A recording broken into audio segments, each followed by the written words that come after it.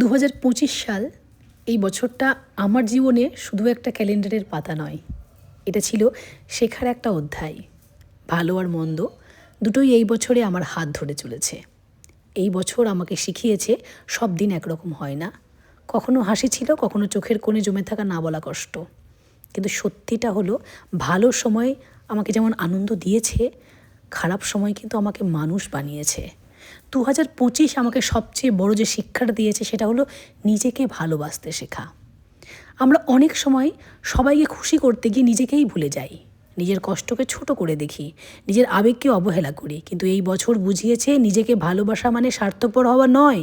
নিজেকে ভালোবাসা মানে নিজের মূল্য বুঝতে শেখা, নিজের সীমা টানা, না বলতে শেখা, ভুল হলে নিজেকে ক্ষমা করা।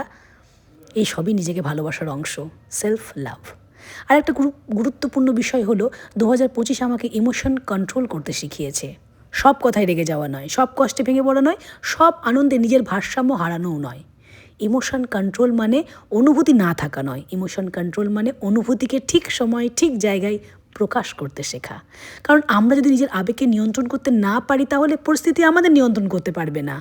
2025 আমাদের বুঝিয়েছে সবাই আপন হয় না, সব আশা পূর্ণ হয় না, সব সম্পর্ক টিকে থাকে না। আর সেটাই স্বাভাবিক, কারণ কিছু মানুষ জীবনে আসে শিক্ষা দিতে, কিছু আসে স্মৃতি হয়ে থাকতে, আর কিছু আমাদের শক্ত করে তুলতে। আজ 2025-এর শেষ প্রান্তে দাঁড়িয়ে আমি শুধু এইটুকুই বলতে চাই, চলুন ভালোটা কৃতজ্ঞতার সাথে মনে রাখি, মন্দটা শিক্ষা হিসেবে নিই, আর নতুন বছরে আরও সচেতন, আরও শক্ত, আরও নিজের মতো মানুষ হয়ে উঠি।